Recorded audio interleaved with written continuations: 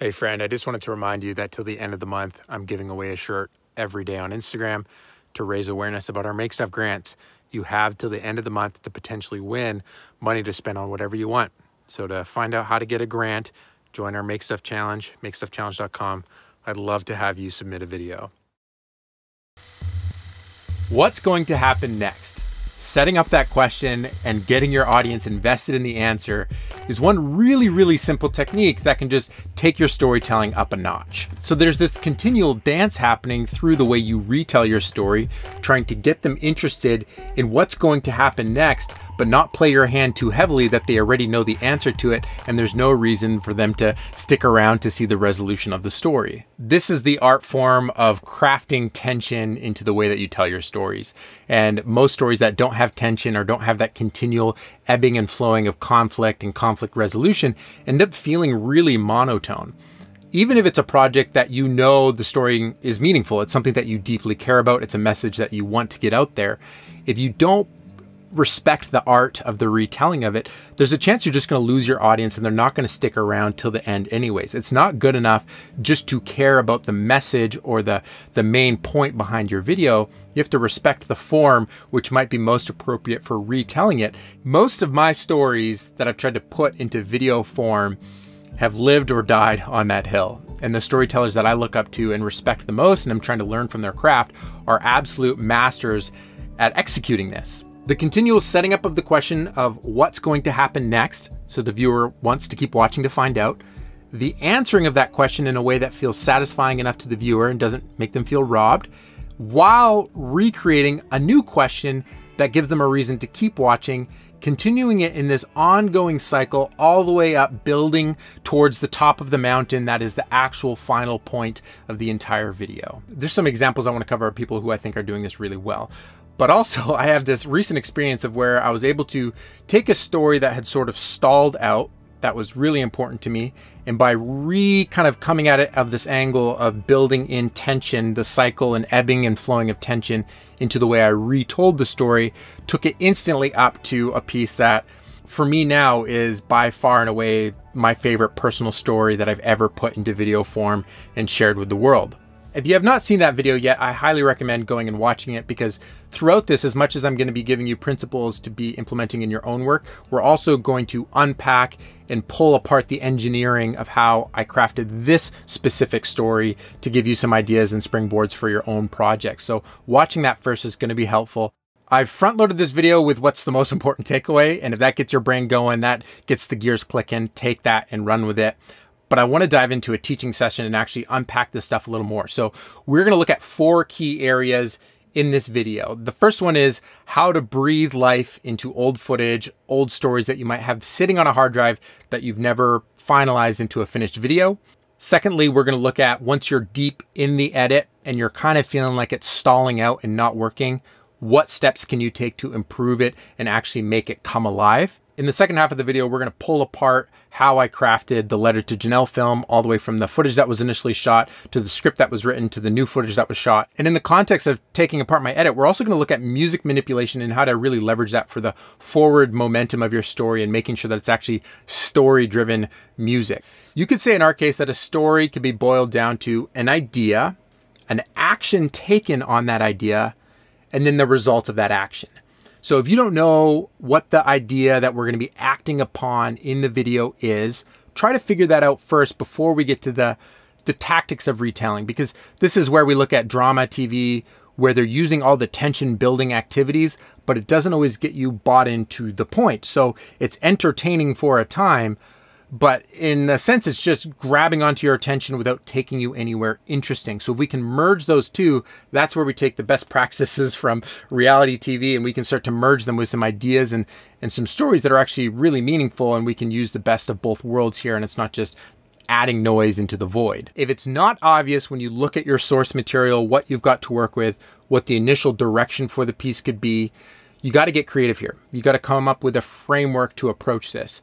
An example would be, let's say you have this photo of your childhood bedroom and it shows all the things that you used to have set up in there and the way that you set up your room and maybe the really interesting decorations you had on your wall or a drum set discarded in the corner, whatever it may be. You might have this photograph, and when you initially look at that photograph, it means something to you and you want to incorporate that into a story that you can tell to a viewer. And there might not be a very specific point that immediately jumps out to you when you look at that photograph, but then you can start to apply different frameworks or lenses to look at that with. So you could say, hey, that was a photo of my room then. This is a photo of my room now. Here are some of the lessons that I've learned in my life in between these two photos. That is kind of a storytelling device that can then get you into a narrowed focus that can be the point of the video. And then the way that you put that video out there into the world could be, these are the lessons I've learned in the last 10 years since I moved out of my childhood bedroom. We could spend a whole video on the point.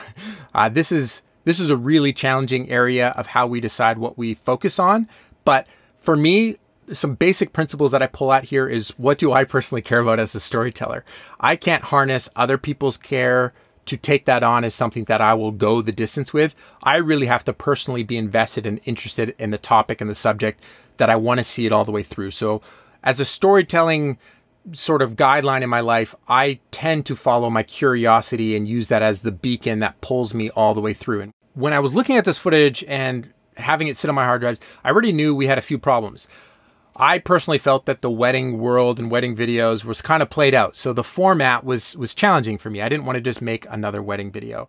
And eventually, we've been married for 4 years. My wife is pregnant and we're about to have a baby. This is what finally lit the fire underneath me to make this project be done. Because if I didn't finish it now, maybe I wouldn't do it for the next decade.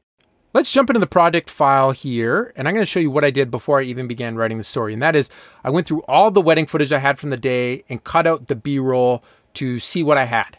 And I just put it all out into a sequence like this. I call these B-roll selects cuts, and then I version them. So as I slim them down, I can always reference previous ones. And I began to have a sense of, this is the footage I have from the ladies prepping for the wedding. This is the footage I have from the guys prepping from the wedding. This is the shots I have of the letter. And this to me is really critical because it lets me know when I go to do the actual re-communicating of the letter to the audience, I can know which moments I can live in better. My favorite example of this and sort of visual metaphor is the telling of a story is like a tour through a house.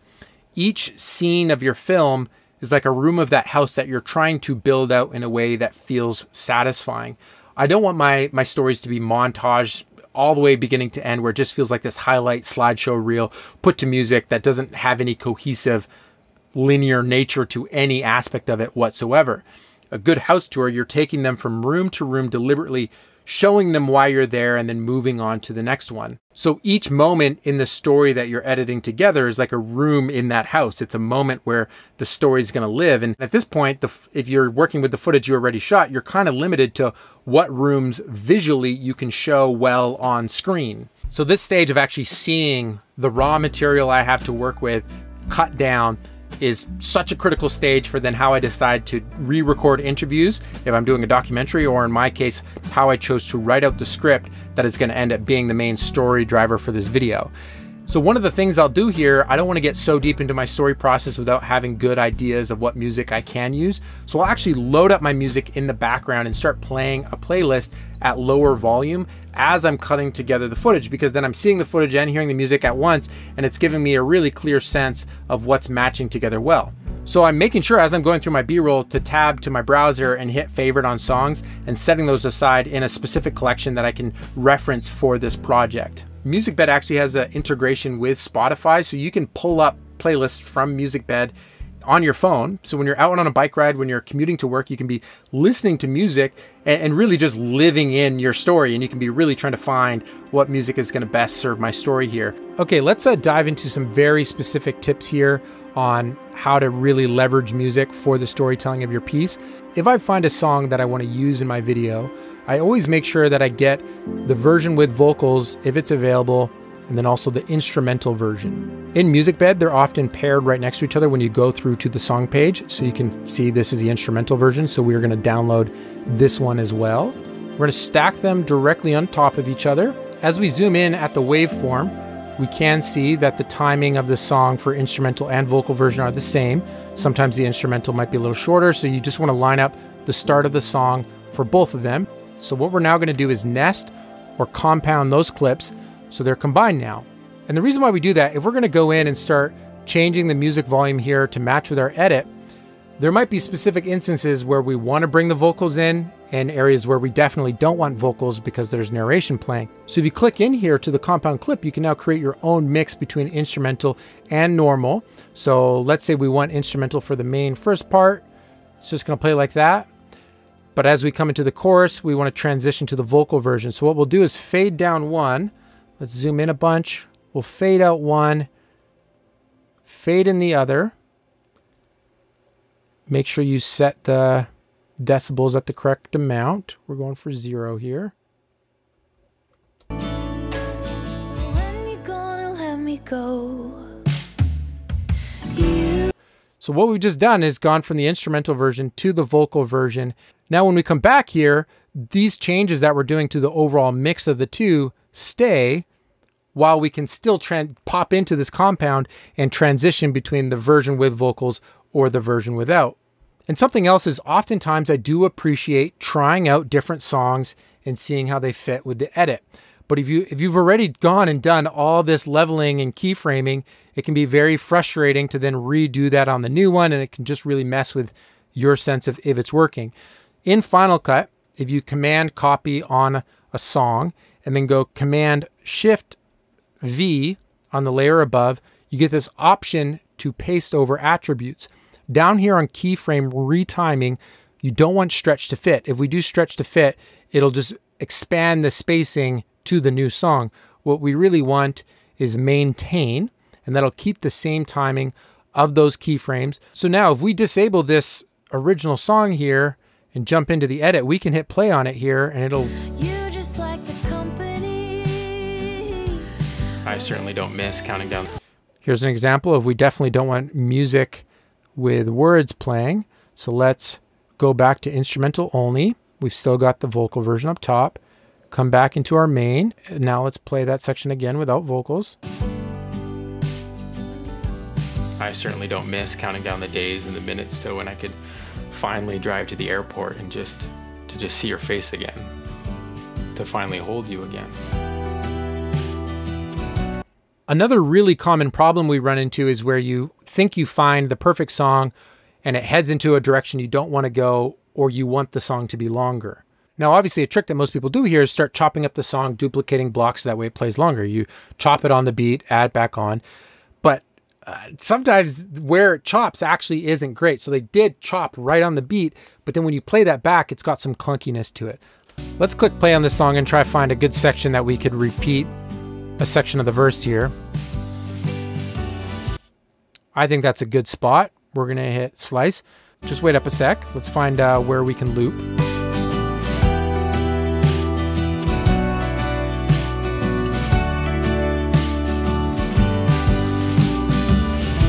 Okay, we're gonna loop that section right there. I think that's roughly 8 bars of music. What most people do at this stage is just copy it over. Now you've got it twice. So let's play this through and hear how it sounds. So that's with the edit right on the beat. Let's play it again. That's what we need to do for timing, but for playback that has hiccups, and in some songs it's especially worse. Obviously a trick here that a lot of people do will drag it out a little bit and add a cross dissolve, so that way it blends a little better. Let's just hear that version real quick. In this instance, that actually works. What I like to do, let's say these don't match, if they don't sound the same, the one hit is a different hit than what's hit later, you can actually shift where this merge happens once you've got the timing lined up. So if you drag the clip you're merging into a little back, and you drag the one you're coming from a little forward, instead of the merge happening directly on a hard hit, you have it happen a little bit earlier, where sometimes that's more preferable. Let's play this back. So that can solve a lot of problems when you're having hiccups with the merges of the timing, where it doesn't quite feel natural. That trick works as well when you're trying to pull sections out of songs. Sometimes there's just a chorus that's way too big, way too grand. So I might actually want to pull the chorus out or loop that lower bridge feeling atmospheric part. Making sure you kind of time up where those crossfades happen can really level up the way that you're mixing the sound. And again, if you do these inside of a compound, you can keep working away at it. Then when you go back to your main edit, when you lengthen the song, it just lengthens it, but you keep the keyframes where you want them to be. I am a massive fan of the subscription model of music licensing. because it gives you a never-ending amount of music to be able to try out in your projects, and I'm constantly trying out new songs. I am subscribed to lots of music platforms, and if you forced me to only pick one, if I only got one option, it would be Musicbed. 95% of the songs I'm already using in my films and my YouTube videos is already coming from Musicbed. And the reason for this is I find it easiest to find songs that I like, and the quality of the songs is awesome. It feels like singer-songwriter, authentic, written music. It doesn't feel like royalty-free jingles that you might see in some random commercial. It actually feels like really good written music, and there's such a spectrum of what's available, from that bluesy grunge stuff I like to use for my build videos to those thinking songs that have a nice cadence to them for pieces that have, you know, explanations, and then also over to the cinematic sort of feeling stuff. Musicbed is by far my favorite licensing service. I do not know what I would do without them. It's why we partnered with them for the Make Stuff Challenge. So again, I would love to see you submit a video using a song from their platform, and you can win a Make Stuff grant, cash to spend on whatever you want.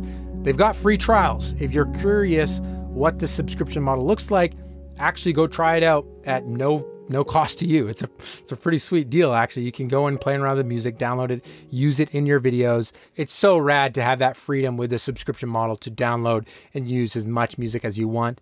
They've got different tiers of subscriptions if you want to use this in your corporate video work and wedding videos and nonprofit videos. So I highly recommend their service. I'm a heavy power user. Use my link down in the description if you want to find out more. I've got a playlist there for a starting point, but thanks Musicbed for partnering with us on the Make Stuff Challenge and also being the sponsor of this video. So at this point, I've got wedding footage, I've got footage from the hospital, and now rubber hits the road, and I've actually got to do the writing that is going to be what the audience hears as the letter to Janelle.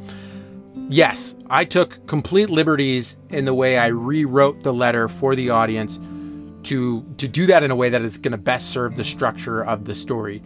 The actual letter that I wrote on the day to Janelle had a lot of these themes all baked into it, but the way that it was written actually did not serve itself well to a video. So I started by, in the weeks after the birth of my daughter, jotting down little sound bites or notes that I thought could work in the letter itself. And that was things like, hey, Janelle, I was very excited to see you the morning that we woke up. Or, hey, a lot of people asked me the morning if I was nervous. I started to jot those down and build kind of a notes file of different ideas. And some of those were physical and some of those are just to Siri in my phone as I'm out doing things.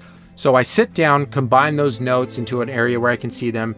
I look at them, sort of reference them, but then I do a free flow writing session, just getting all my thoughts out onto a paper so that way I can start to edit and refine and see what I have to work with. Once I have the free flow done, then I actually try to read that out. And as I'm reading out these sections, it becomes really obvious which words aren't fitting, how certain sentences are just brutal. That's not how I would say it. So then I'm rewriting it in the way that I would say it, and also restructuring things into categories and groups that fit together for the story beats I'm going to try hit throughout my video, because I already have a sense at this point of how I want the things to ebb and flow here. So this is now when we have our official first draft. I have it open here. In the writing of this, piece by piece, I'm trying to create tension. We're going to address what each of those tension points are in a sec. But as we look at this first draft, this is long. There's a lot here. And this essentially is my starting point for now to go back to actually editing the piece. Now I know, hey, all that reception footage, I really actually don't need that. Hey, footage from the dancing, I probably don't need that. That is giving me a lot more clarity to take the 20 to 30 minutes of footage down to hopefully under 10 minutes. Now it's time to revisit the script. It's a bouncing back and forth. Now I see with the footage, I'm keeping the script in mind. Now it's time to revise the script to a point where I could actually sit down and record it. So that is the new level of intentionality I'm coming here. I'm trying to rewrite things again, read it out loud, fix the clunky bits. I still know it's not perfect, but I have to get it recorded so that way I can start to actually let my edit play on the timeline, because without the voiceover, a sense of the pacing is completely missing. And what I'll actually do here at this stage is I'll show you in my edit, but I'll come in, I'll hit record straight into the mic on my MacBook and just do a pass on the voiceover. And I lay that down. That's the orange stuff that you're seeing here. I'm recording that straight in, not worrying about the delivery, but I'm doing that because I need to start editing to the actual content. So that way I know how the pacing's working, which moments are working, which ones are not. And without that voiceover in there, it's very tough for me to know if the script is actually playing well. So now we have an edit where I took probably 8 minutes of voiceover, got it down to maybe 3 minutes of recorded audio, edited down to the parts that I actually liked, over the footage that I liked it. And we've only got wedding footage in here and the Ember before and after stuff. So it's kind of starting to take shape into a form that is a playable video. We're getting a sense of how the story, the cadence of it. And what I did at this stage was listen back to the voiceover and rewrite out a new script based off that. And that is what we're getting to here in our final versions. So this guy, what we get to right here, our final draft, is 500 words, where what we had started out was at 1,000 words. So we cut away half of what I initially thought was good content to put in the letter.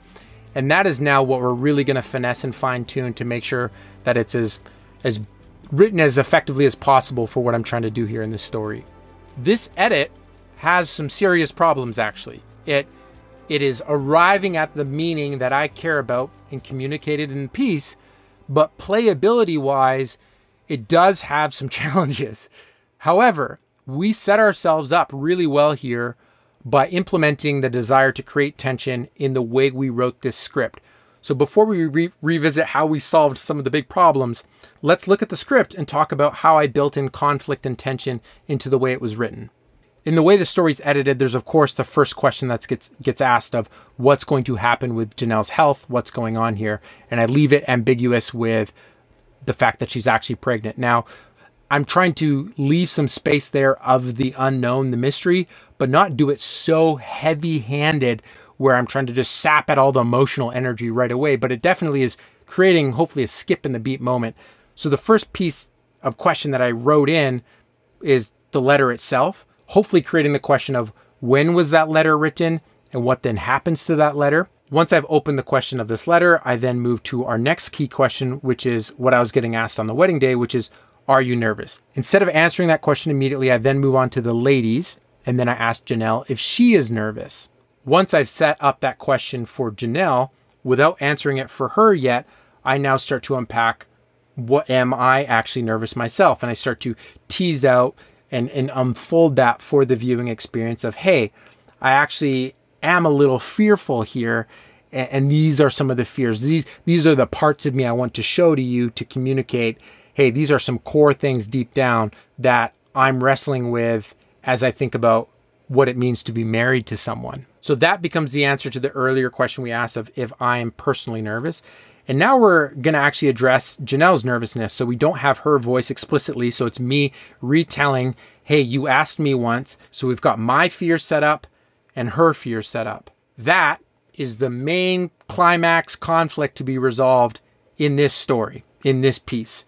And the way we get to the resolve of that conflict is by me communicating back change that I experienced in the process of building relationship with Janelle and as I'm growing as a person alongside her. If you're watching back a story or walking out of a movie theater and you got a gut experience of, hey, that was a bad story, or hey, that was a good one, the litmus test of did the main character experience meaningful change is probably directly correlated with that. So communicating the change of the characters is so critical to actually creating something that has an impact on those who are watching it. And then finally, as the kind of closing act of the piece to resolve the initial question that was raised by Janelle's health concerns at the start, is getting to experience the joy that comes with living through that fear, giving you a little bit of a taste of, hey, this is now the road ahead, the birth of a child.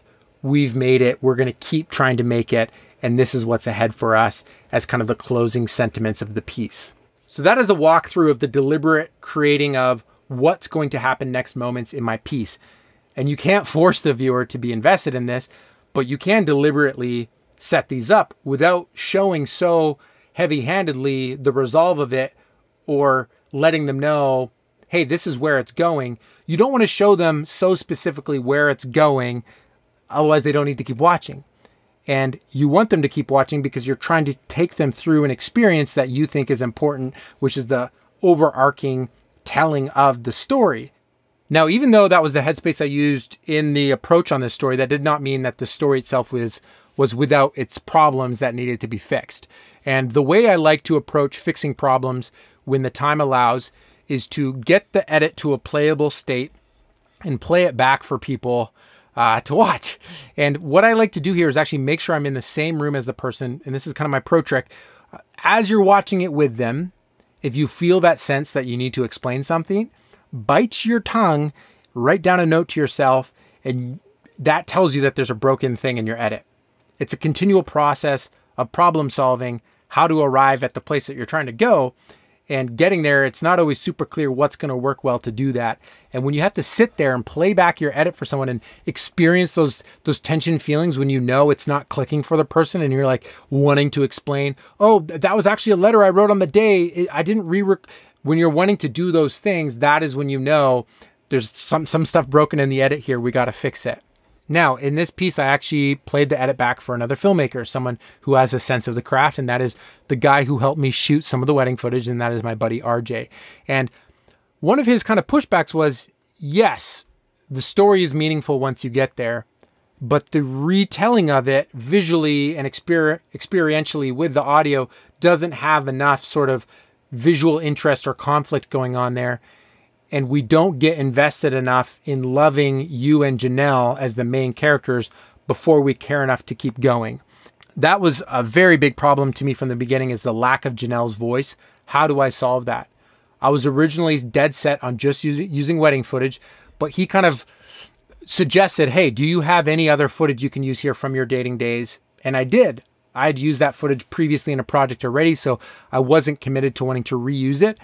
But he felt pretty strongly, if you allow us to fall in love with you first, we're going to care a lot more about the letter that's going on here. And boy, was he right. So I revisited the structure of this edit and added in this whole section now where we've got audio from Janelle from a video clip that she sent to me. So now it sets me up to be a more trustful narrator to an audience that doesn't know me, where it's not just the husband talking the whole time about their love. You actually get to hear it from herself, which is far more meaningful for sure. And it sets up, hey, this is the journey of long distance that we went through. And once I got into that headspace, I could create the connecting piece of, hey, I wrote you a lot of letters when we're dating, and this is the last one that I'm writing you before we get married. And that's kind of exciting. And so including that earlier footage helped create that falling in love feeling. And that solved a really big problem for the edit. And then later, he kind of felt, once you get married, we want to experience some of that adventure that you've been talking about. And so then that's when I dug into a lot of this travel footage that we had and cut it back and forth, setting, hey, these are some of the adventures we went on, but I want to go on more with you. And these are some of the adventures. So it actually creates some sense of satisfaction of, whoa, you guys actually went and did stuff together. There was date issues as we jumped forward and back in time, the 4 years later, the 4 years previous, that sort of thing. So I needed to make that more clear. The voiceover felt wrong. This was a feedback item that I kept having personally, where it felt too much like an audiobook recording, or as if I was doing a voiceover straight into a microphone. And there was some emotional tension missing here. And I wanted it to feel more as if I was actually saying it directly to Janelle. And so how we got around that was, instead of using this voiceover microphone that I currently use, we used a shotgun microphone. And then I literally read out the final version of the script to Janelle directly. And this was challenging because I kept getting all emotional, but we used the best pieces from there to overlay in the edit. And that, I think, gets us quite a bit closer to a voiceover that at the end of the day, I feel more comfortable with. It doesn't feel as contrived. Those were kind of some of the main problems that we uncovered when we played it back for people. And each time that I tried to implement and solve one of those, I would try to get it to a state where it was playable again, play it for new people that had never seen it before, and see, does the way we change things address those problems for the new audience. Obviously, each piece and story that you make can't go through this extensive of a back and forth process. And that's why it's super valuable creating often, because you can be trying to implement these strategies and techniques into every video that you make, and just getting real-time updates of each finished thing. Is it connecting? Is it working? How is that going? What's that process like? Now, some examples here that I love looking towards, which is ubiquitous to YouTube filmmaking, but Casey Neistat is the absolute master of creating a desire and wanting to know the question of what's going to happen next. And what's going to happen next in Casey's videos is also predicated on every video that's come before it. When he was in the middle of doing his 800 daily vlog run, you had a sense that anything could happen each day. It was at a point where it didn't matter what the videos were titled or thumbnailed. You just knew if you click play on that video, he might lose a drone into a bridge. He might unbox some crazy new technology. He might tell you a really helpful story on how he's productive. every video you knew had something around the corner that you wanted to know. And by skipping forward in any one of his videos, you felt like you might be missing something. And the way that he creates tension in his videos while also having each and every video revolve around a single point is just masterful. I really love the way Elle Mills sets up a single concept in her video and then raises the stakes over and over again for how she's going to execute on that concept. Her videos are so well compacted and executed. It's mind-blowing. David Dobrik, love the content or not, he does not waste breath setting up new contexts and playing all these moments out and drawing them out and drawing them out. He gets into the moment, does the punchline, and keeps going. And it's like one after another after another. And some of these you might be going, okay, yeah, that's great entertainment, but what's the point? And that's the cool part. When you combine the method with good meaning, you can arrive at stories that are just really impactful and hopefully leave the viewer with a sense of meaning, or even changes the viewer as they watch it. I hope you enjoyed this. I love this subject matter. I am a student of it. I'm actively trying to work on these principles. And I hope when you hear this, you're not hearing me say, I've got this all figured out. But these are more so some of the little signposts and milestones that I'm realizing if I work on these techniques, it's going to level up my stuff dramatically. And that is a big win. We want to become better storytellers. That's what we're all about. That's why I do the Adventure Film Academy with my in-person workshops. We spend 5 days diving into this stuff, and just trying to include it in one video is really challenging, but I hope you enjoyed it. If you're curious about the education stuff of what I do, make sure to go to adventurefilmacademy.com. Make sure you're subscribed around here. Make sure you're asking questions of what kind of storytelling tips you want coming up, because that far and above and beyond is what I care about most. So thanks for watching this video. I'll catch you in the next one. And remember, life's better when you make stuff. Peace.